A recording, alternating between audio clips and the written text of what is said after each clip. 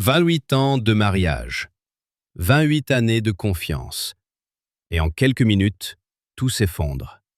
Parce que son voisin a vu sa femme entrer dans la maison d'un autre homme. Parce qu'elle en est ressortie 1 heure et demie plus tard, radieuse, heureuse. Parce qu'elle a menti sur tout. Cette histoire n'est pas celle d'un homme qui pleure ou qui supplie.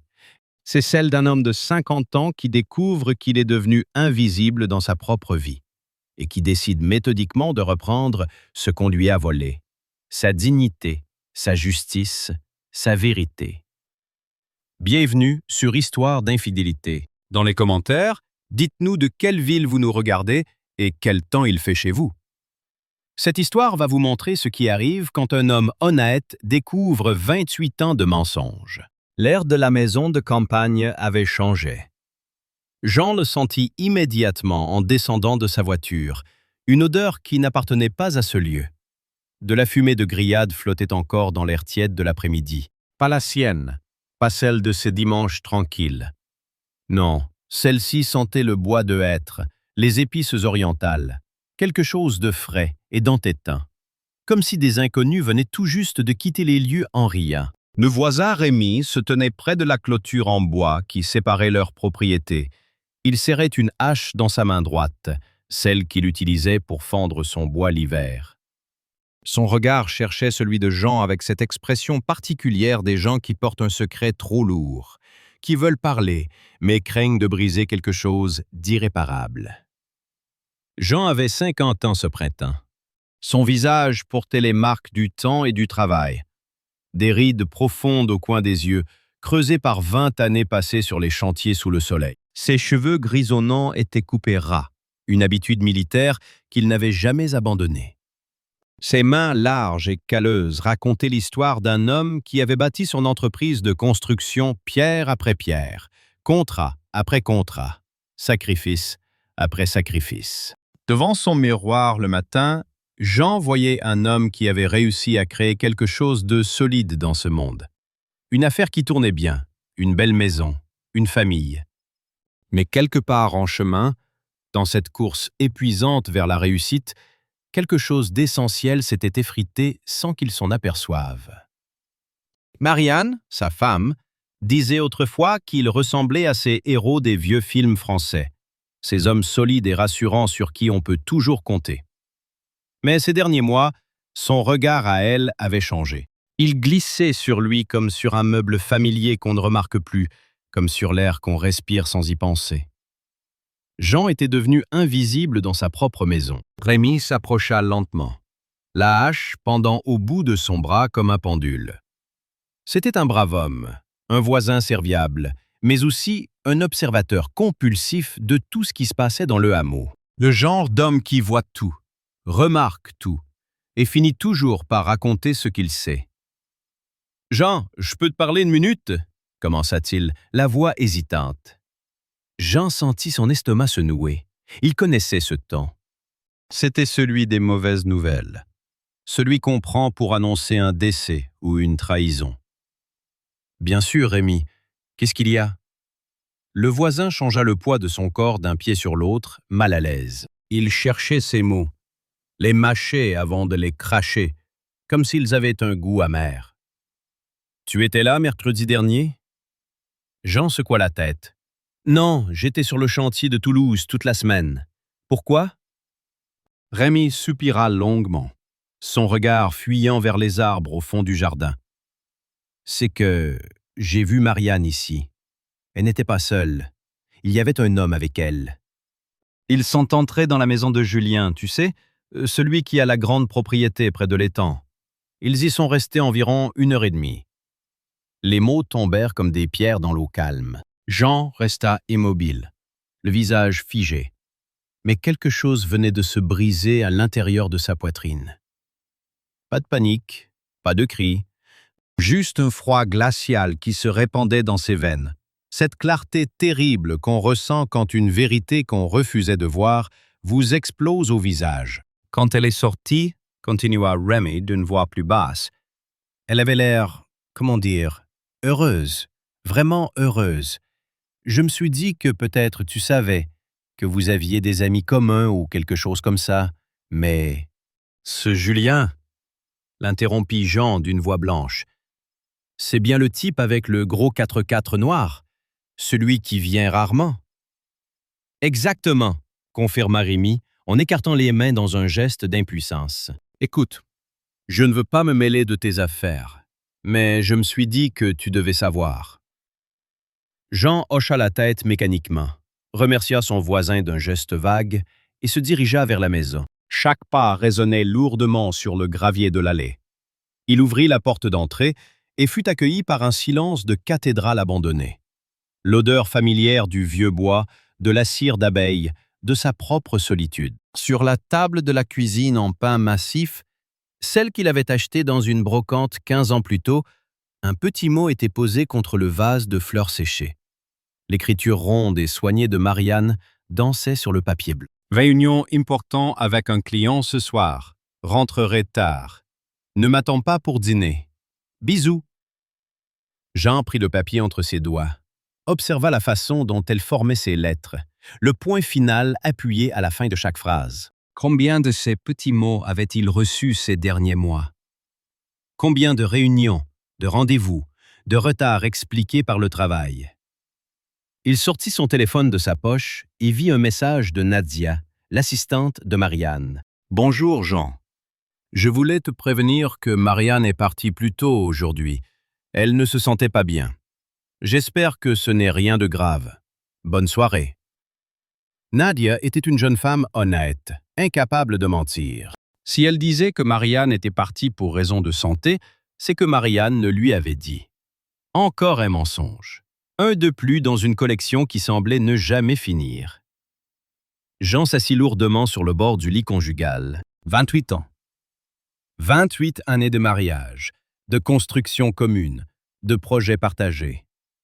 Leur fils, Vincent, étudiait le droit à l'Université de Bordeaux. Il avait 22 ans maintenant. Un garçon sensible et attentionné qui appelait régulièrement, s'inquiétait de ses parents, prenait toujours des nouvelles. Marianne avait 48 ans. Elle dirigeait une agence immobilière prospère dans le centre-ville. Elle gagnait bien sa vie, conduisait une Renault Clio jaune vif qui lui avait offerte pour son dernier anniversaire. Elle avait dit qu'elle voulait de la couleur dans sa vie, que le gris du quotidien l'étouffait. Maintenant, cette phrase prenait un tout autre sens. Ces derniers mois, les signes étaient là. Les retards de plus en plus fréquents, le téléphone consulté en cachette, les sourires absents pendant les dîners. Elle était là physiquement, assise en face de lui à table, mais son esprit voyageait ailleurs, dans un monde où il n'était pas invité, où il n'existait plus. Peut-être que Rémi s'était trompé, peut-être qu'il y avait une explication logique, innocente, mais au fond de lui, dans cette partie primitive du cerveau qui reconnaît le danger avant même que la raison ne s'en mêle, Jean savait déjà. Il avait toujours su, quelque part. Il avait simplement choisi de ne pas voir, trop occupé par ses chantiers, trop confiant, trop aveugle. Il composa le numéro de Vincent. Il était 21 heures passées, mais son fils décrocha à la 2e sonnerie. « Papa? »« Tout va bien ?» demanda Vincent d'une voix surprise mais joyeuse. Jean força un sourire dans sa voix, cet exercice qu'il maîtrisait après des années de négociations commerciales difficiles. « Oui, tout va bien. Je voulais juste prendre de tes nouvelles. Comment vont les études? » Ils parlèrent quelques minutes. Vincent évoqua son examen de procédure civile du lendemain, le fait que sa mère l'avait appelé la veille pour lui rappeler de prendre ses vitamines. Jean sentit une boule se former dans sa gorge. Marianne jouait son rôle de mère parfaite, tout en détruisant leur famille. « Maman est là? » demanda Vincent. « Non, elle a une réunion ce soir. Elle rentre tard. »« Écoute, concentre-toi sur ton examen. Tu vas assurer, j'en suis sûr. » Après avoir raccroché, Jean resta assis dans l'obscurité de la chambre. Il éteignit toutes les lumières et attendit, les yeux fixés sur la fenêtre qui donnait sur l'allée. Vers 23 heures, des phares jaunes percèrent la nuit. La Renault jaune se gara lentement, presque avec précaution, comme conduite par quelqu'un qui essaie de paraître normal, alors que tout en elle hurle le contraire. Marianne sortit du véhicule, rajusta ses cheveux dans le rétroviseur, lissa les plis de sa robe d'été. Même de loin, même dans la pénombre, Jean pouvait voir son expression. Elle rayonnait. Un sourire flottait sur ses lèvres. Ses gestes étaient légers, aériens, comme ceux d'une jeune femme qui vient de vivre les plus belles heures de sa vie. Jean se leva, s'approcha de la fenêtre. Il ne ressentait ni colère, ni désir de crier. Juste une tristesse immense, froide et lourde comme une pierre tombale. Il regardait sa vie se transformer en mensonge sous ses yeux. 28 années de souvenirs, de projets, d'amour peut-être, qui s'effritaient en poussière. Il entendit la porte d'entrée s'ouvrir doucement. Les pas légers de Marianne dans le couloir, le bruit de son sac posé sur le meuble de l'entrée. Puis, elle poussa la porte de la chambre, chercha à tâtons l'interrupteur. « Tu ne dors pas ?» murmura-t-elle en le voyant debout près de la fenêtre. Sa voix était douce, tendre même, comme si rien n'avait changé. Elle se glissa dans le lit, se tourna sur le côté, lui laissant quelques centimètres d'espace. Un gouffre de quelques centimètres qui contenait désormais tous les mensonges du monde. Jean ne répondit pas.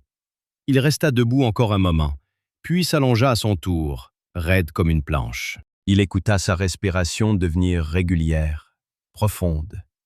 Puis ce petit soupir de contentement qu'elle ne faisait que lorsqu'elle était vraiment heureuse. Le jeudi matin, Jean partit en ville plus tôt que d'habitude. Lyon était une petite ville de province où tout le monde connaissait tout le monde, où les secrets finissaient toujours par remonter à la surface, où le silence et les apparences étaient les seules monnaies d'échange acceptables. Marianne vivait dans un appartement au centre-ville, près de son agence immobilière où elle passait la majeure partie de ses journées. Jean gara sa Peugeot dans le parking souterrain de la résidence. Cet immeuble moderne où Marianne prétendait avoir ses réunions importantes. Il choisit une place d'où il pouvait surveiller la sortie. Un angle mort d'où rien ne lui échapperait. Le 4x4 de Julien trônait dans un coin du parking. Noir, rutilant, immatriculé à Paris, brillant comme un bijou obscène au milieu des voitures ordinaires. Jean se gara à proximité sans bloquer la sortie, puis sortit lentement de son véhicule, chaque geste mesuré, calculé. Son cœur battait sourdement dans sa poitrine, mais son visage restait de marbre. L'ascenseur glissa silencieusement vers les étages, comme dans tous ces immeubles luxueux où les murs épais et l'indifférence des voisins étouffent chaque bruit, chaque cri, chaque secret. Au 5e étage se trouvait l'appartement 507. Jean connaissait ce numéro par cœur. Marianne l'avait mentionné si souvent, négligemment, comme une simple information anodine, alors qu'il s'agissait en réalité de l'adresse de sa trahison. La porte était entr'ouverte, laissant filtrer des voix. Le rire de Marianne, cristallin comme le chant d'un oiseau insouciant, mêlé à une voix masculine grave et assurée, celle d'un homme habitué à obtenir tout ce qu'il désire. Jean ne frappa pas.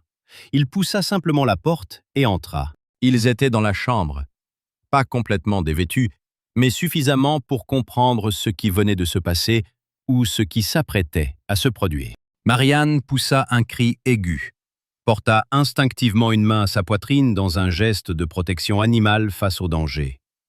Julien bondit du lit, environ 35 ans, corps athlétique, visage séduisant. Le genre d'homme qui respire le succès simplement par les vêtements griffés qui jonchaient maintenant le sol. Il tendit la main vers sa chemise dans un mouvement paniqué et désordonné. Jean entra dans la pièce et referma la porte derrière lui, froidement, posément, sans la moindre panique. Sa voix était d'un calme terrifiant quand il ordonna à Marianne de s'habiller et à Julien de ne pas bouger. Il y avait dans son ton quelque chose d'irrévocable qui les figea tous les deux, comme s'ils entendaient non pas des mots, mais un commandement venu d'un homme qui en avait le droit absolu. Marianne enfila fiévreusement ses collants, les mains tremblantes, incapable de coordonner ses gestes. Jean resta dans l'embrasure de la porte et sortit son téléphone de sa poche. Julien le regardait avec l'expression d'un homme qui comprend soudain que sa vie vient de se briser en deux, qu'un effondrement vient de se produire sans qu'il sache encore quelle forme il prendra, mais certain qu'il sera irréversible. « Depuis combien de temps ?» demanda Jean. Sa voix était calme, mais une fissure imperceptible la traversait. la première brèche dans le masque de glace, le premier signe que quelque chose de terrible bouillonnait sous la surface. Marianne commença à bafouiller des explications, affirmant que ce n'était pas ce qu'il croyait, qu'elle devait lui expliquer. Mais Jean répéta sa question, plus fort cette fois. Sa voix s'éleva pour la première fois de la soirée, laissant échapper une première flambée de colère contenue. 1 mois? 2 mois? 6 mois? Il posa la question comme s'il connaissait déjà la réponse, comme si cette vérité pesait déjà au fond de sa poitrine, tel un rocher qu'il ne faisait qu'extraire au grand jour. 2 mois, avoua précipitamment Julien, comme si cette confession pouvait le sauver. Il ajouta que ce n'était pas ce qu'il pensait, que c'était « Tais-toi », coupa Jean. Il activa la caméra de son téléphone et filma méthodiquement la scène. La chambre en désordre, le lit défait, leur visage défait. Marianne pleurait maintenant, son mascara traçant des rivières noires sur ses joues. Ses bras pendaient mollement le long de son corps, comme vidés de toute énergie. Julien s'habillait en hâte, boutonnant sa chemise d'une main tremblante, le visage aussi pâle qu'un cadavre. Jean sortit de la chambre, s'arrêta dans le couloir et respira profondément, essayant de retrouver son sang-froid. La vague de colère reflua, laissant place à quelque chose de pire. Une rage froide, lucide, implacable. Plus dangereuse que la fureur, parce qu'elle était calculée, maîtrisée. Il retourna dans la chambre et dit à Marianne de rentrer à la maison. Puis il ordonna à Julien de rester. Il composa le numéro de Thierry, l'associé de Julien à Paris. Ils étaient copropriétaires d'une société de promotion immobilière, se croisaient lors de dîners d'affaires, discutaient le projet, trinquaient au champagne. Thierry l'avait toujours considéré comme un homme honnête et fiable. Jean activa le haut-parleur et raconta calmement à Thierry ce qui venait de se passer. Pas les détails intimes, mais le fait que Julien menait une double vie, qu'un homme incapable d'honneur dans sa vie personnelle ne méritait aucune confiance en affaires, qu'il disposait de preuves vidéo si nécessaire. Thierry écouta en silence. Puis il déclara qu'il le remerciait pour cette information, qu'il allait enquêter, que Julien pouvait se considérer comme exclu de la société dès cet instant. Julien était assis au bord du lit, comprenant que sa vie venait d'imploser, que ses amis l'abandonnaient, que sa réputation s'évaporait, qu'il ne restait que des ruines fumantes de ce qu'il avait construit. Jean le regarda froidement et demanda si sa femme était au courant. Julien tressaillit comme sous l'impact d'une gifle. Jean brandit son téléphone où la vidéo était parfaitement claire. Le son, l'image, tout. « Tu peux le lui dire toi-même ou je peux m'en charger », déclara Jean d'une voix blanche. « Mais si elle l'apprend par quelqu'un d'autre, cette vidéo se retrouvera partout, sur Internet, sur les réseaux sociaux, envoyée à tous tes clients. Ce n'est pas une menace, c'est une promesse. » Jean partit, laissant Julien assis au bord du lit, le visage d'une pâleur mortelle, les mains tremblantes, le regard vide. Il rentra chez lui à minuit passé. Marianne l'attendait sur le canapé du salon. Elle avait enfilé une robe d'intérieur, s'était démaquillée, mais ses yeux restaient rouges et gonflés. Ses mains tremblaient comme des feuilles dans le vent. Elle se leva à son arrivée, s'approcha de lui, commença à parler, à supplier. Mais Jean leva la main et elle se tut instantanément. Il passa dans la cuisine, se versa un verre de vodka qu'il vida d'un trait, puis un deuxième, puis un troisième. L'alcool l'aida à contenir la rage qui menaçait de déborder, comme l'air s'échappant lentement d'un ballon crevé, douloureusement, interminablement. « Tu comptes partir ou tu t'amusais simplement ?» demanda-t-il sans la regarder. Marianne resta silencieuse, assise sur le canapé, les mains serrées l'une contre l'autre. Puis elle se leva, le rejoignit dans la cuisine, tenta de s'expliquer. Elle dit qu'elle ne savait pas ce qui s'était passé, que Julien avait commencé à la courtiser, qu'elle se sentait invisible, que Jean était toujours occupé par son entreprise, ses chantiers, ses réunions, qu'elle s'était sentie vide, comme un immeuble abandonné sans âme qui vive. Jean observa son visage. Même maintenant, même après ce qui venait de se produire, elle restait belle. Mais cette beauté n'était qu'un masque, une poupée de luxe qui souriait en mentant, creuse et froide comme une statue de cire. « Appelle ta sœur maintenant, en visio », ordonna Jean. « Pourquoi » demanda Marianne d'une voix tremblante. Il ne répondit pas, se contentant de répéter son ordre d'un ton qui n'admettait aucune réplique. Elle obéit. Elle lança un appel vidéo à Roxane, sa sœur aînée qui vivait à Marseille et travaillait comme magistrate au tribunal. Une femme pragmatique et dure comme l'acier. Roxane décrocha rapidement. Sa voix était ensommeillée, mais elle se réveilla instantanément en entendant l'heure. Minuit passé. Marianne raconta tout, entrecoupant son récit de sanglots, détaillant chaque élément sordide. Roxane écoutait, son visage sur l'écran passant de la pitié au dégoût. Puis elle déclara sèchement que sa sœur était une idiote et raccrocha. Jean laissa Marianne seule dans l'appartement. Il avait besoin de sortir, de respirer l'air nocturne, de sentir le froid sur sa peau pour se convaincre qu'il était encore vivant, que tout cela était bien réel. Il marcha dans les rues désertes, longeant les vitrines éteintes des commerces, croisant de rares passants qui ne le voyaient pas. Il était devenu une ombre, un fantôme, un homme qu'on venait d'assassiner, mais qui n'était pas encore tombé. Le lendemain matin, Jean se réveilla dans son bureau. Il y était venu en pleine nuit, avait garé sa voiture près du bâtiment, allumé la lumière de son cabinet de travail. Sur la table s'étalaient des documents, des rapports, des contrats, des courriers. Tout était organisé, comme l'avait été sa vie auparavant, quand tout semblait ordonné, quand il croyait savoir ce qui se passait. Il ouvrit le tiroir du bureau et sortit un dossier concernant Marianne. Relevé financier, extrait bancaire qu'elle lui transmettait chaque mois. Il commença à les examiner attentivement et comprit rapidement qu'elle dépensait bien plus qu'elle ne gagnait. Boutique de luxe, restaurant gastronomique, hôtel chic. Le mois dernier, plusieurs grosses dépenses. 800 € dans un spa, 500 € dans un restaurant étoilé, 300 € en manucure. Ce n'était pas son argent à elle. Il ne lui aurait jamais permis de dépenser ainsi, mais elle avait utilisé leur argent commun, leurs économies, pour financer son mensonge. Jean appela son avocat, maître Rémy Duval. Ils se connaissaient depuis 15 ans, avaient travaillé ensemble sur différents projets. Maître Duval répondit avec une pointe d'agacement dans la voix, car il était 7 heures du matin. Mais il se réveilla complètement quand il comprit la nature de l'appel. Jean lui expliqua la situation sans détails superflus, uniquement les faits. Maître Duval écouta attentivement, puis déclara qu'il lui faudrait du temps pour préparer les documents, qu'un divorce en France prenait du temps, mais que s'il disposait de preuves d'adultère, le partage des biens pourrait lui être favorable. « J'ai les preuves », affirma Jean. « La vidéo, des documents sur les détournements financiers. Je veux que tout soit fait dans les règles, équitablement. » Vincent appela vers 8 heures. La voix de son fils trahissait l'inquiétude.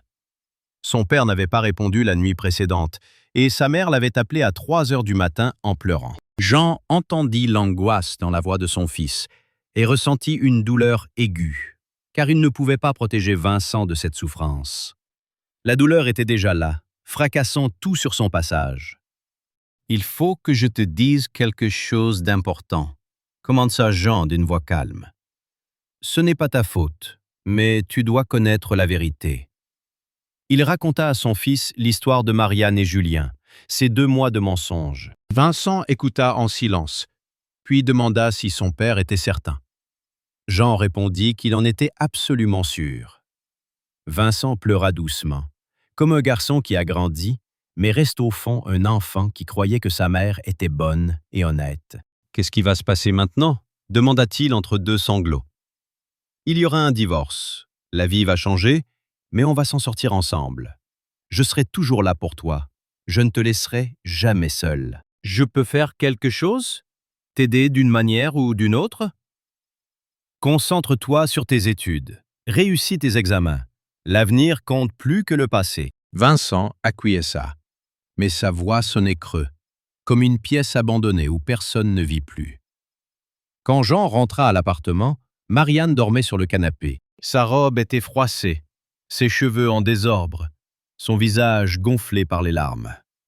Elle paraissait plus vieille que son âge, comme si cette nuit l'avait vieilli de 10 ans. Jean la couvrit d'un plaid et l'observa longuement, essayant de retrouver dans ses traits la personne qu'il avait aimée 28 ans plus tôt, quand elle était jeune et riait à ses plaisanteries. Mais ce visage avait disparu. Il ne restait qu'une femme qui avait menti, trahi, échangé 28 années contre 2 mois de plaisir éphémère. Sur la table traînaient les clés de sa Renault jaune. Jean les prit et examina la voiture. Elle était propre, belle, neuve. Sur le siège conducteur reposaient ses lunettes de soleil rose à monture dorée. Sur la console centrale, son rouge à lèvres, un flacon de parfum, des cartes de visite de son agence. Jean appela une concessionnaire automobile et demanda où il pouvait vendre rapidement un véhicule. On lui donna une adresse. Il conduisit la Renault jusqu'au dépôt-vente. Le vendeur examina la voiture et proposa un bon prix, car elle était neuve et en excellent état. Jean accepta, signa les papiers et reçut le chèque. 12 000 € furent crédités sur son compte. Quand Jean revint, Marianne s'était réveillée. Elle cherchait ses clés, cherchait sa voiture. Quand il lui annonça qu'il l'avait vendue, elle hurla. Un cri animal, sauvage, comme une bête prise au piège. « Comment as-tu osé? Cette voiture était à moi. C'était un cadeau. Un cadeau payé avec mon argent. Je peux décider de ce que je fais de mes biens. » Marianne tomba à genoux, le suppliant de récupérer la voiture, disant qu'elle comprenait sa colère, mais pas ça, pas comme ça. Jean ne l'écoutait pas, ou plutôt il l'entendait, mais s'en fichait désormais. Le froid en lui grandissait, comme la glace qui se forme dans l'eau gelée, pétrifiant tout sur son passage. La voiture est vendue. L'argent servira de compensation partielle pour ta trahison. C'est juste. Tu es cruel. Je suis prête à tout avouer, tout expliquer. Mais rends-moi ma voiture, je t'en supplie. Tes aveux arrivent trop tard.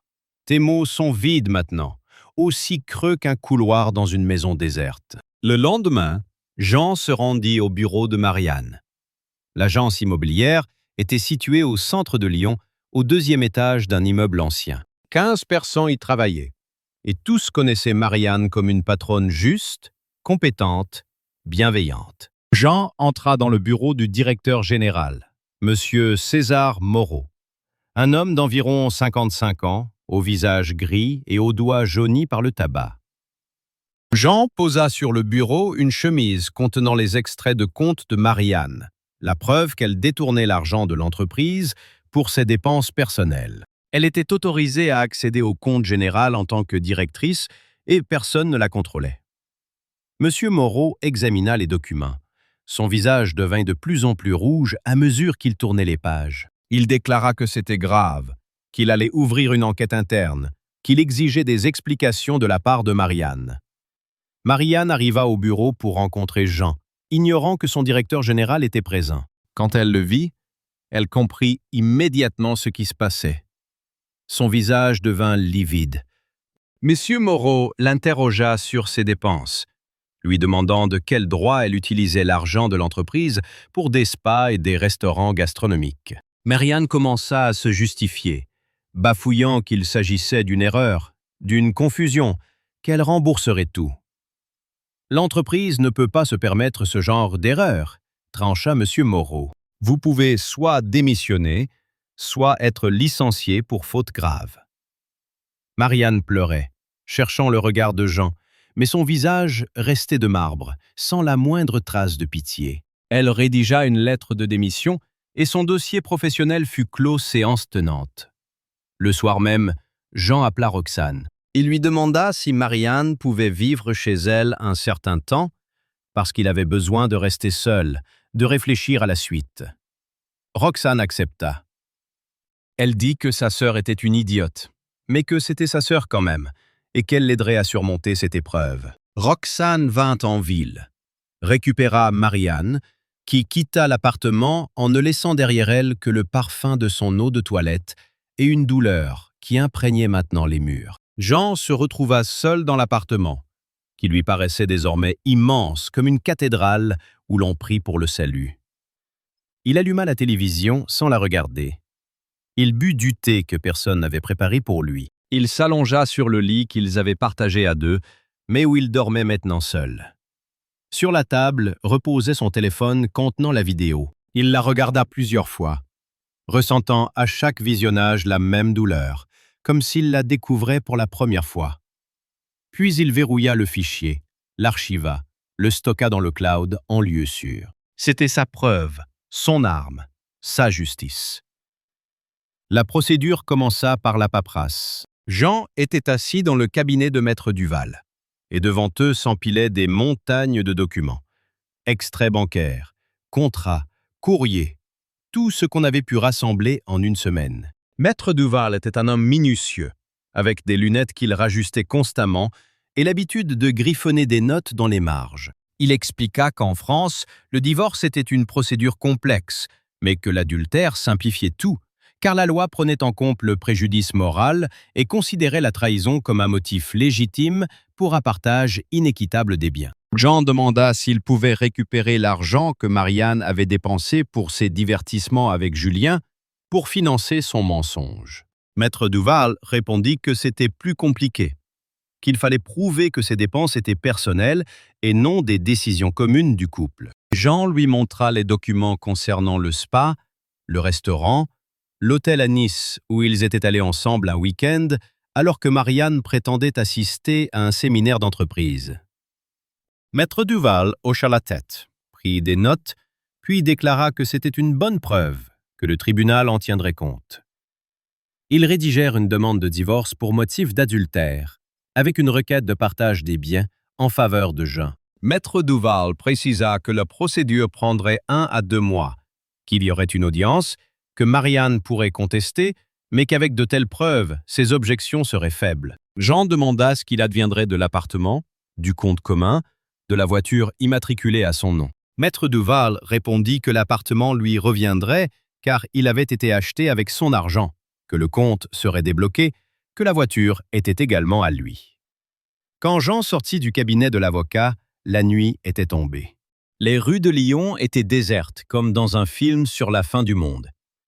Il passa devant des magasins, des bars où les gens buvaient et riaient, ignorant que la vie peut basculer en 1 heure, en 1 seconde, avec un seul mauvais choix.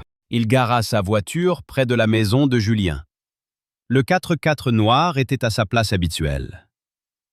Jean activa la caméra de son téléphone, filma le véhicule, la plaque d'immatriculation et nota l'heure. Puis il se dirigea vers la boîte aux lettres de l'immeuble où vivait Julien et y glissa une lettre anonyme. La lettre était adressée à Nadia, la femme de Julien, qui vivait à Paris, travaillait comme médecin et ne s'était jamais intéressée aux allées et venues nocturnes de son mari parce qu'elle lui faisait confiance, parce qu'elle l'aimait. Dans la lettre, Jean n'écrivait rien d'explicite, juste l'adresse de cette maison, celle de l'hôtel où ils étaient allés, des dates, uniquement des faits. Il voulait lui permettre de découvrir elle-même la vérité, car la vérité agit mieux quand on la trouve soi-même, quand on la voit de ses propres yeux, quand on ne peut plus faire confiance à personne. La semaine suivante, Jean reçut un courrier de l'avocat de Julien.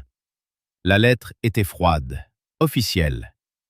Elle affirmait que son client niait toute infidélité, que c'était un mensonge, que Jean le harcelait, que c'était de la diffamation. Jean répondit par une lettre dans laquelle il joignait la vidéo, envoyée via un canal sécurisé marqué « Confidentiel ».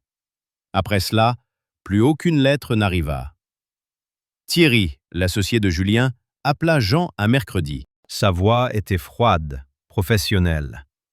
Il dit qu'il avait lancé une enquête et découvert de nombreuses irrégularités dans la gestion de Julien. Des sommes qui ne correspondaient pas, des contrats signés sans son accord, des projets que Julien menait dans le dos de l'entreprise. Thierry demanda si Jean était au courant de tout cela. Jean répondit que non, qu'il avait simplement révélé l'infidélité. Le reste concernait Thierry. Thierry le remercia, annonçant qu'il rompait avec Julien, que l'entreprise résiliait son contrat et qu'il cherchait maintenant un nouveau partenaire. Quand Jean retourna à son entreprise, son bureau était enseveli sous les documents. Un problème avait surgi sur le chantier. Un forage avait cédé et l'entrepreneur se retirait. Jean passa toute la journée à résoudre cette crise, appelant les services techniques, négociant avec de nouvelles entreprises.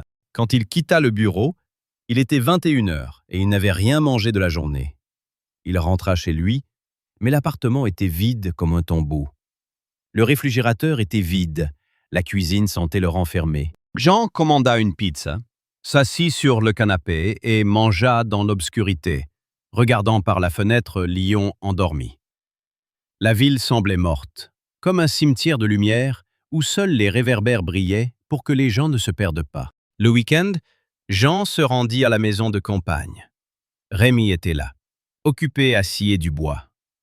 Quand il aperçut Jean, son visage exprima la compassion, comme quelqu'un qui sait qu'il a annoncé de mauvaises nouvelles. « Comment ça va? »« Tout va bien ?» demanda Rémi. « Ça va, c'est la vie. Il faut continuer à avancer. » Rémi hocha la tête, puis mentonna qu'il avait vu Julien la semaine précédente, qu'il avait l'air mal en point, que sa voiture ne venait plus. « Et Marianne? Elle est venue ?» demanda Jean. « Non, je ne l'ai pas vue. » Jean le remercia, puis entra dans la maison. Il y faisait froid, comme dans une tombe. Le lit n'était pas fait. De la vaisselle sale traînait dans l'évier. De la poussière couvrait le sol. Jean traversa les pièces comme un étranger, comme un cambrioleur qui repart d'une maison sans avoir rien trouvé d'intéressant. Il se leva tôt le lendemain matin, à 5 heures, alors qu'il faisait encore nuit. Il prit une hache et commença à fendre du bois. Des coups amples, puissants. Chaque coup était une douleur. Chaque coup était de la colère. Chaque coup était une tentative d'expulser de lui-même le sentiment que sa vie avait été un mensonge. 2 heures plus tard, il y avait plus de bois fondu que jamais. Un tas de morceaux noirs prêts pour le feu.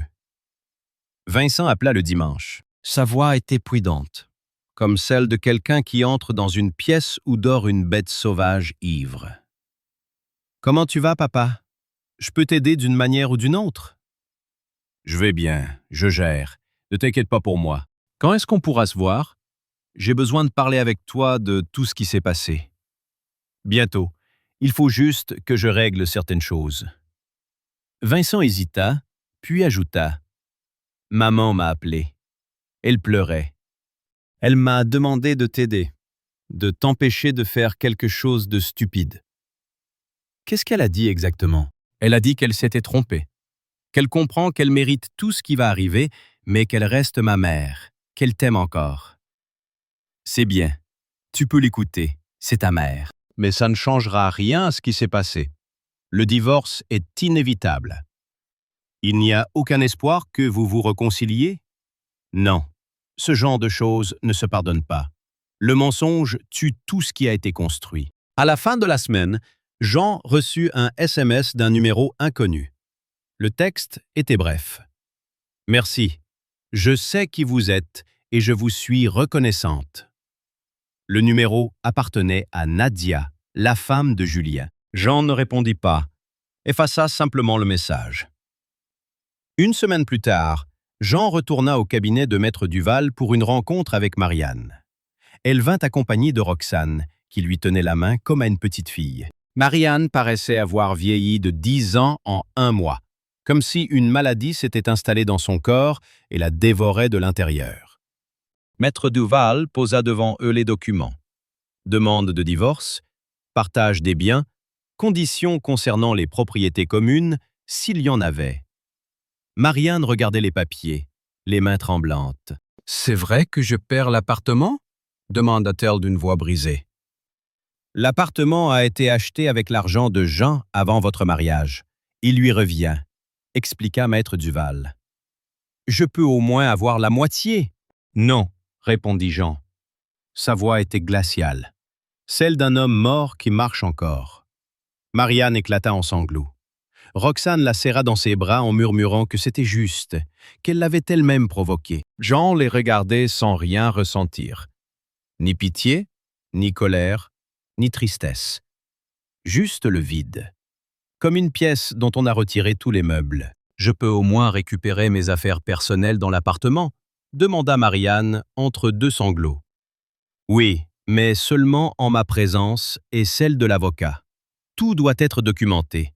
Je ne te fais plus confiance. » Marianne acquiesça en pleurant. Roxane lui répétait que c'était juste, qu'elle devait simplement signer. Ils signèrent les documents. Sur la table reposaient 2 stylos, un noir et un bleu. Jean choisit le noir. Comme si la couleur avait de l'importance, comme si c'était la dernière chose sensée qu'il pouvait contrôler. Après la réunion, Jean se rendit au bureau de M. Moreau. Celui-ci était assis dans son cabinet, fumant et examinant des papiers. Quand Jean entra, M. Moreau lui proposa un café, mais Jean refusa. « Que se passe-t-il? Tout va bien ?» demanda M. Moreau. « Oui, je suis venu vous remercier d'avoir réglé la question des détournements financiers de Marianne. C'était une situation difficile, mais vous l'avez bien gérée. » M. Moreau hocha la tête et dit qu'il regrettait pour Marianne qu'elle avait été une bonne employée, mais que l'entreprise ne pouvait pas se permettre de telles erreurs. Jean acquiesça, puis demanda si M. Moreau pouvait fournir une attestation pour le tribunal, certifiant que Marianne avait violé la discipline financière, un fait que le juge devait connaître. M. Moreau répondit qu'il le pouvait, qu'il rédigerait une lettre officielle et que ce serait juste. Jean le remercia et sortit du bureau. Alors que la porte se refermait, il se rappela que M. Moreau lui avait souri d'une manière étrange, comme s'il savait quelque chose que Jean ignorait. Mais Jean n'y prêta pas attention. Dans le bureau de son entreprise, Jean était assis seul, contemplant le mur où étaient accrochées les photos de ses projets.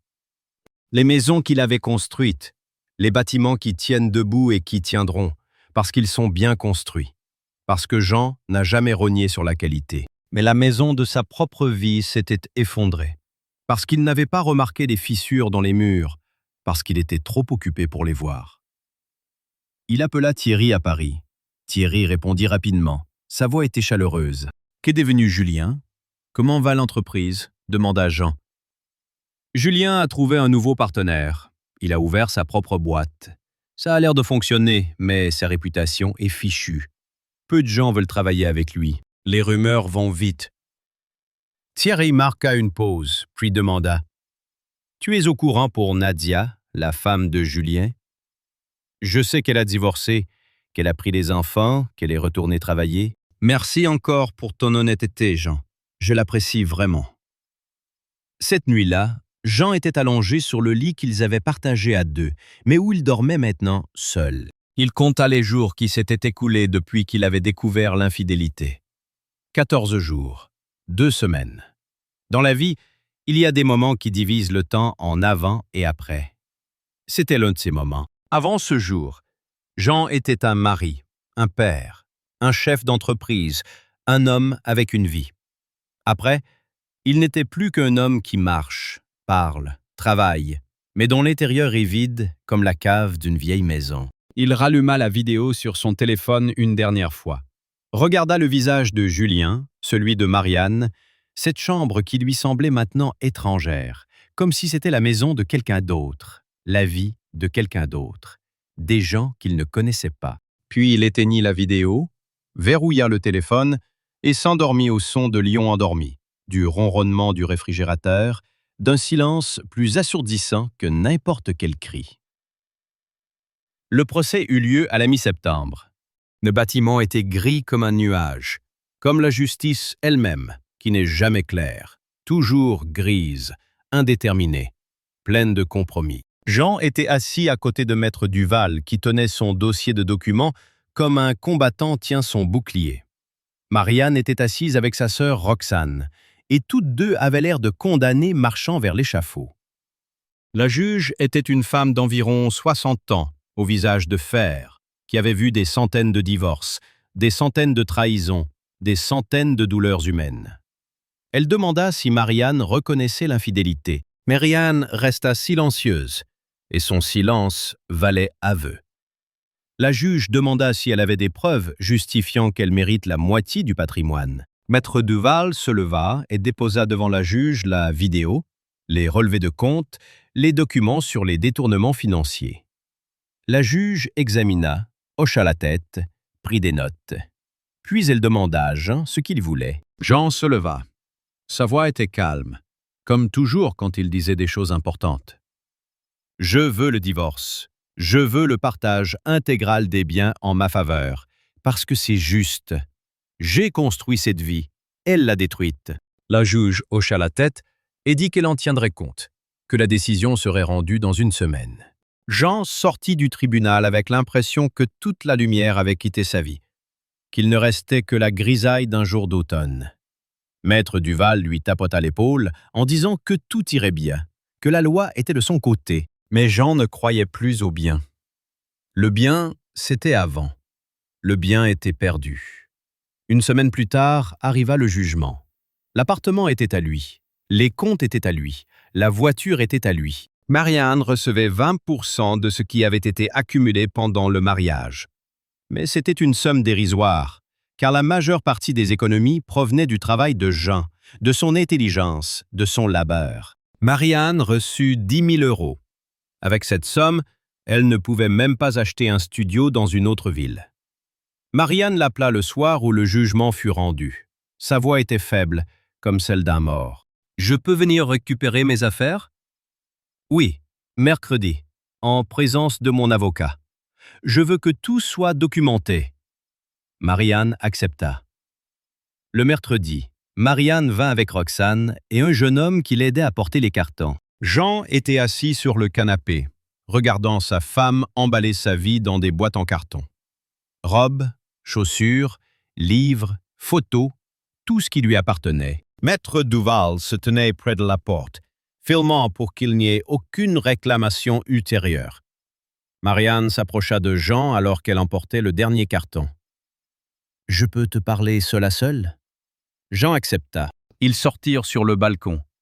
Marianne regardait la ville, le Rhône qui coulait en contrebas, et pleurait silencieusement, comme une statue qui pleure sous la pluie. « Je comprends ce que j'ai fait. Je sais que c'était mal, que c'était stupide, terrible.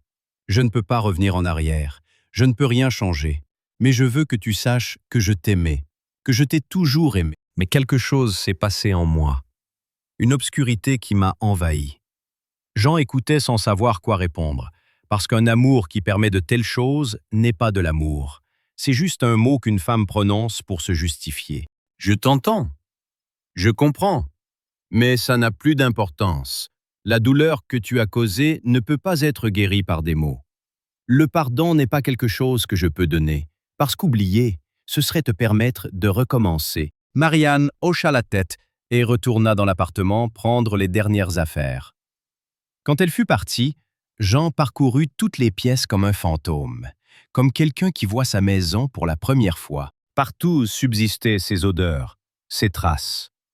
Mais c'était maintenant les traces d'une étrangère, les traces de ce qu'elle était vraiment devenue. Au bureau la semaine suivante, Jean se replongea dans le travail. Il y avait beaucoup à faire, car automne est le moment où il faut boucler les projets, construire vite avant l'hiver. Un de ses ouvriers, César, arriva avec de mauvaises nouvelles. Un des sous-traitants ne pouvait pas terminer le travail à cause de problèmes de financement. « Il lui faut combien ?» demanda Jean. « 50 000 euros. » Jean décida de l'aider, parce que c'était un bon sous-traitant, parce qu'il fallait construire, parce que le travail sauvait des pensées sombres. Il était assis dans son bureau, préparant les documents, quand son assistante Béatrice entra. Elle avait 25 ans, jolie, d'une beauté simple, mais ce qu'il y avait de plus frappant chez elle, c'était une certaine honnêteté, une franchise dans le regard qui disait qu'elle ne savait pas mentir. « Comment allez-vous? Comment vous sentez-vous? » demanda Béatrice. « Ça va, le travail aide. » Béatrice hocha la tête. « J'ai entendu parler de votre situation. Je suis désolée. Si vous avez besoin d'aide, je suis là. » Comment les rumeurs se sont-elles répandues? Lyon est une petite ville. Les gens savent tout. Les nouvelles circulent comme l'eau, comme la fumée. Mais personnellement, je pense que vous avez bien agi. La vérité compte plus que le mensonge. La justice compte plus que la pitié. Jean la remercia et elle sortit. Il regarda la porte se refermer, pensant que l'honnêteté était une chose rare, que les gens qui valorisent la vérité sont peu nombreux, que la majorité préfère le mensonge parce qu'il est plus confortable. La rencontre avec Julien se produisit de manière inattendue. Jean était dans un magasin de matériaux de construction quand il le vit. Julien paraissait avoir vieilli de 10 ans en un mois, comme si ce qu'il avait vieilli n'était pas seulement la douleur, mais la compréhension qu'il avait tout perdu.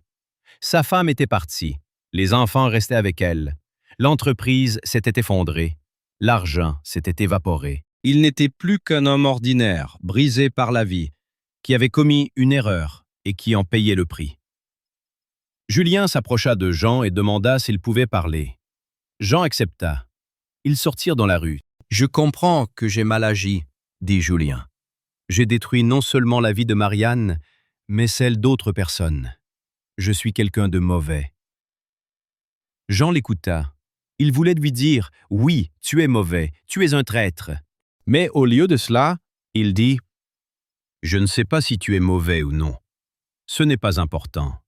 Ce qui compte, c'est ce qui s'est passé. L'erreur a été commise, et maintenant il faut vivre avec les conséquences. Je peux faire quelque chose pour réparer? Non, on ne peut pas revenir en arrière. La vie n'avance que vers l'avant. Il faut simplement continuer et ne pas répéter les mêmes erreurs. » Quand Julien partit, Jean retourna dans le magasin, termina ses achats et ressortit avec le sentiment que quelque chose en lui avait changé. La colère était passée. Il ne restait que la tristesse, le chagrin du temps perdu, d'une vie détruite. Vincent vint le week-end. Son fils serra son père dans ses bras et ils restèrent longtemps ainsi sans rien dire, parce que les mots étaient inutiles. Puis ils s'assirent dans la cuisine et burent du thé. « Comment tu vas » demanda Vincent. « Ça va. Le procès est terminé. Maintenant, il faut juste continuer à vivre. » « Tu penses que tu pourrais rencontrer quelqu'un de nouveau? Quelqu'un qui t'aime, qui t'apprécie? » « Je ne sais pas. Pour l'instant, ce n'est pas important. L'essentiel, c'est que je suis là, que tu es là, que la vie continue. » « Je peux voir maman? » « Oui, bien sûr. Elle reste ta mère. Ça n'a pas changé. Tu peux la soutenir si tu veux. » Vincent acquiesça. « Je veux. C'est ma mère.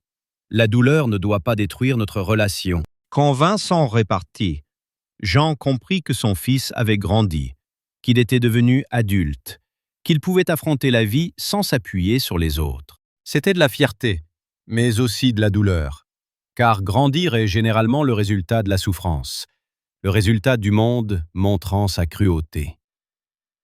Ce chapitre commença comme une journée ordinaire.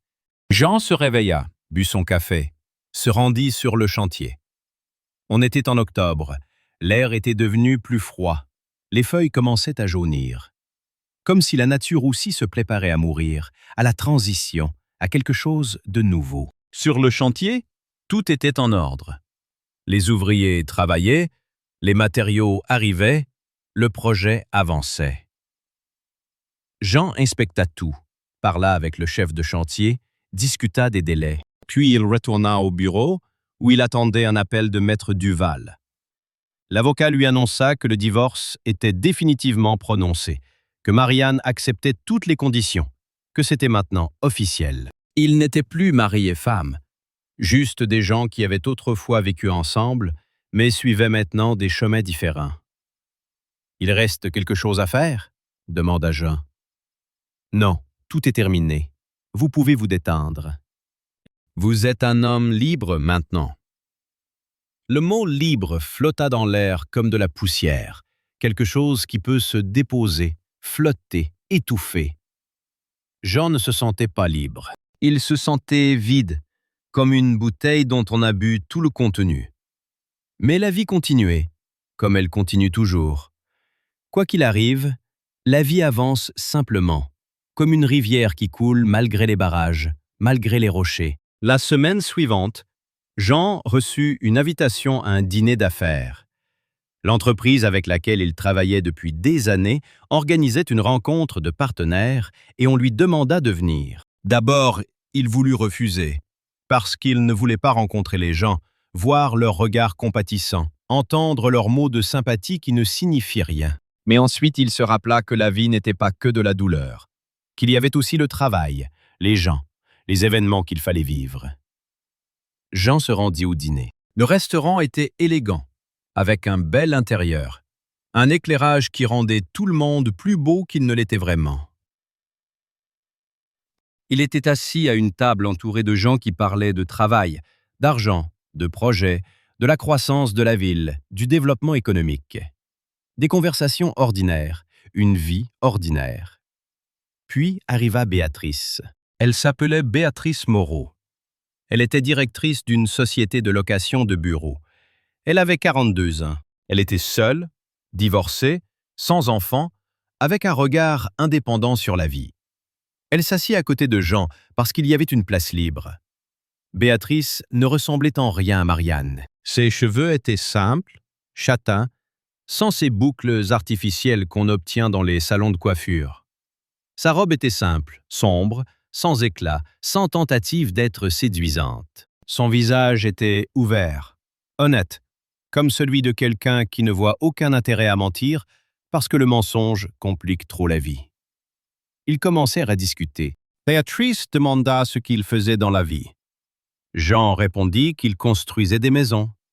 Béatrice demanda si cela lui plaisait. Oui, parce que des gens vivent dans ces maisons. Je construis des lieux où les gens peuvent être heureux, s'ils sont honnêtes les uns envers les autres. Béatrice le regarda étrangement, puis demanda s'il s'était passé quelque chose. Jean répondit que oui, que beaucoup de choses s'étaient passées, mais que ce n'était plus important. Béatrice hocha la tête et dit qu'elle comprenait, que chacun avait son histoire, que l'essentiel était la manière dont les gens en sortaient. Ils parlèrent toute la soirée. Béatrice était une femme intéressante. Elle lisait des livres, était engagée dans ses affaires, avait ses propres opinions qui différaient de celles des autres. Elle n'essayait pas d'être belle pour Jean, n'essayait pas de lui plaire. Elle était simplement elle-même, et cela suffisait. Quand le dîner se termina, Jean lui demanda son numéro de téléphone. Béatrice le lui donna et dit qu'elle serait heureuse de lui reparler, qu'elle avait apprécié sa façon d'écouter, de penser, de parler, sans chercher à impressionner. La première semaine, ils se parlèrent au téléphone, puis ils se retrouvèrent pour un café, puis allèrent au cinéma, puis commencèrent à passer du temps ensemble, non par obligation, mais parce qu'ils le voulaient tous les deux. Béatrice fut honnête avec Jean.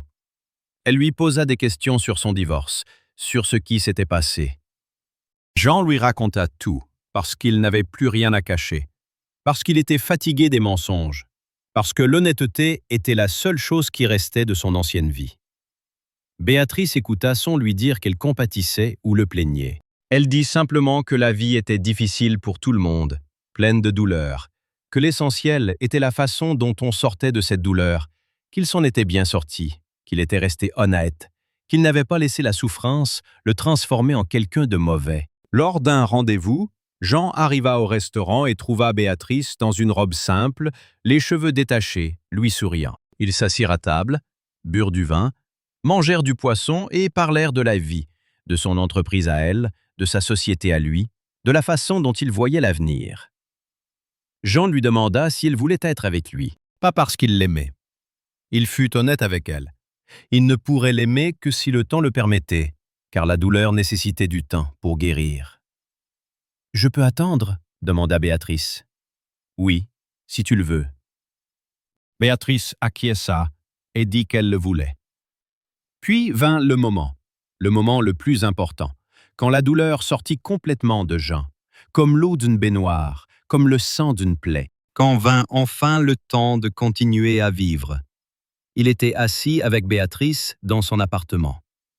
Elle lui avait proposé de vivre chez elle, parce que son appartement à lui était plein de souvenirs, plein de Marianne, plein de douleurs. Son appartement à elle était vide, lumineux, comme une nouvelle vie qui peut commencer si on le lui permet. Jean la regarda son visage calme, honnête, ouvert. Et il comprit que la vie n'était pas si mauvaise, qu'il existait encore des gens qui ne mentent pas, qu'il y avait encore une possibilité d'être heureux si on se le permettait. Un an plus tard, Jean se tenait sur le perron d'une maison qu'il venait de construire. C'était une belle maison. Pierre grise, Grandes fenêtres, design moderne, mais avec cette sensation classique de solidité que donnaient tous les bâtiments de Jean. À côté de lui se tenait Béatrice, tenant sa main, souriant au soleil qui illuminait cette journée d'automne. Ils étaient ensemble depuis 1 an maintenant, vivaient ensemble, travaillaient ensemble, commençaient à planifier l'avenir. Béatrice avait évoqué le mariage. Jean avait dit qu'il avait besoin de temps. Mais que peut-être? Béatrice avait répondu qu'elle pouvait attendre, que l'essentiel était qu'ils soient honnêtes l'un envers l'autre, qu'ils ne mentent pas, qu'ils vivent simplement. Vincent vint pour l'inauguration de la maison. Il était maintenant en 4e année d'université. Bientôt le diplôme, puis le travail. Il serra son père dans ses bras, et ils restèrent longtemps ainsi, car la douleur d'il y a 1 an avait laissé une trace, mais ne les brisait plus. Vincent félicita son père, dit qu'il était fier de lui, que son père avait bien agi, qu'il avait été honnête, qu'il ne s'était pas effondré. Julien avait disparu de la ville. Personne ne savait où il était maintenant. Nadia, sa femme, avait commencé une nouvelle vie avec les enfants. On l'avait vue au parc avec eux. Elle avait l'air heureuse, comme quelqu'un qui sort d'une pièce sombre pour découvrir le soleil. Marianne vivait maintenant chez sa sœur à Marseille, travaillait dans un petit cabinet immobilier, gagnait à peine de quoi survivre. Roxane avait dit à Jean qu'elle avait beaucoup changé, qu'elle était devenue plus silencieuse, plus réfléchie, comme si la vie lui avait enfin appris quelque chose. Jean ne pensait presque plus à elle. Parfois, tard le soir, quand il ne pouvait pas dormir, il se rappelait ses 28 années, tout ce qu'ils avaient construit ensemble, tout ce qui s'était effondré. Mais ces souvenirs ne lui faisaient plus mal. Ils étaient juste là, comme de vieilles photographies dans un tiroir qu'on n'ouvre plus jamais. La vie continuait, simplement, honnêtement, sans grand drame. Jean construisait ses maisons, passait ses soirées avec Béatrice, parlait à son fils chaque semaine. Il avait appris que le bonheur n'est pas quelque chose qu'on trouve, c'est quelque chose qu'on construit, pierre après pierre, jour après jour, avec des gens qui ne mentent pas, qui ne trahissent pas, qui sont simplement là, présents, honnêtes, vivants. Marianne était restée à Lyon, mais sa vie était devenue grise comme le ciel de novembre. Elle avait trouvé un nouveau travail, plus modeste qu'avant, parce que sa réputation était détruite. Parfois, Jean la croisait au supermarché, et elle paraissait vieille, fatiguée, comme quelqu'un qui porte un fardeau qu'il ne peut pas déposer. Il n'éprouvait pas de haine envers elle, mais pas de compassion non plus, juste une froide compréhension qu'elle avait elle-même choisi son chemin. Roxane, la sœur de Marianne, appelait parfois Jean pour le remercier d'avoir été juste, de ne pas avoir complètement détruit la vie de Marianne, de lui avoir donné une chance de recommencer. Jean répondait qu'il ne voulait pas détruire, qu'il voulait simplement la justice et qu'elle l'avait obtenue. Dans son entreprise, tout allait bien. Les ouvriers le respectaient parce qu'il était juste, parce qu'il ne mentait pas, parce qu'il était honnête. Les projets avançaient, la ville grandissait, et les maisons de Jean se dressaient belles et solides, comme des monuments à l'honnêteté et au travail. Jean et Béatrice avaient acheté un terrain en banlieue, voulaient construire leur propre maison pour eux, pour une famille. Peut-être si Béatrice voulait des enfants. Quand il allait visiter le terrain, Jean pensait que la vie était une chose étrange. Quand on croit que tout est fini, que tout est détruit, soudain quelque chose de nouveau commence, quelque chose de meilleur. Parce que c'est fondé sur l'honnêteté, parce que c'est vrai. Il appelait Vincent 1 fois par semaine, et il parlait de la vie, des études, du travail. Vincent lui raconta qu'il avait rencontré une fille, qu'elle était modeste et honnête, qu'il l'aimait bien. Jean demanda s'il avait confiance en elle. Vincent répondit que oui, qu'il parlait d'honnêteté, que sans honnêteté, il n'y avait aucun sens à être ensemble. Jean comprit que son fils avait appris la leçon, que la douleur d'il y a 1 an l'avait instruit, que les gens qui voient une famille se désintégrer comprennent que l'honnêteté n'est pas un luxe, mais une nécessité. À l'aube un matin, Jean se leva tôt comme toujours, sortit sur le balcon de l'appartement où il vivait avec Béatrice. La ville était silencieuse, vide comme un rêve. Il pensa qu'il avait traversé la douleur, la colère, le désespoir, et était sorti de l'autre côté. Il pensa que la justice n'apportait pas toujours le bonheur, que la justice était simplement la justice, qu'elle ne soulageait pas toujours, mais qu'elle était juste. Béatrice sortit sur le balcon, l'enlaça par derrière, et ils restèrent ainsi à regarder le lever du soleil. La ville qui se réveillait, la vie qui continuait, le nouveau jour qui arrivait. Parce que les jours arrivent toujours. Parce que la vie n'est pas une fin, mais un processus, un mouvement constant. Le choix d'être honnête et juste, même si c'est douloureux, même si c'est difficile. Jean pensait à son histoire, au fait qu'il avait surpris sa femme en pleine infidélité, qu'il avait rétabli la justice par la vérité, qu'il avait survécu à l'une des choses les plus difficiles qui puissent arriver à un être humain. La trahison, le mensonge, l'effondrement de tout ce en quoi il croyait. Mais il avait traversé cela parce qu'il était resté honnête, parce qu'il n'avait pas laissé la douleur le briser, parce qu'il avait choisi la justice plutôt que la vengeance. Et la vie recommençait à fleurir. Pas comme avant, pas aussi belle, parce que les cicatrices restent, mais différemment, d'une nouvelle manière, avec la compréhension que l'essentiel dans la vie n'est pas la beauté, ni l'argent, ni la constance, mais l'honnêteté, la vérité, et les gens qui valorisent ces choses. Il serra Béatrice plus fort contre lui, sentit la chaleur de son corps contre le sien, et sut que malgré tout ce qui s'était passé, malgré toute la douleur et toutes les larmes, il était finalement arrivé là où il devait être. Avec quelqu'un d'honnête, avec quelqu'un de vrai, avec quelqu'un qui ne mentirait jamais. Le soleil montait lentement au-dessus des toits de Lyon, éclairant les rues encore désertes, et Jean pensa que chaque lever de soleil était une promesse, la promesse d'un nouveau départ, la promesse que même après la nuit la plus sombre, la lumière revient toujours.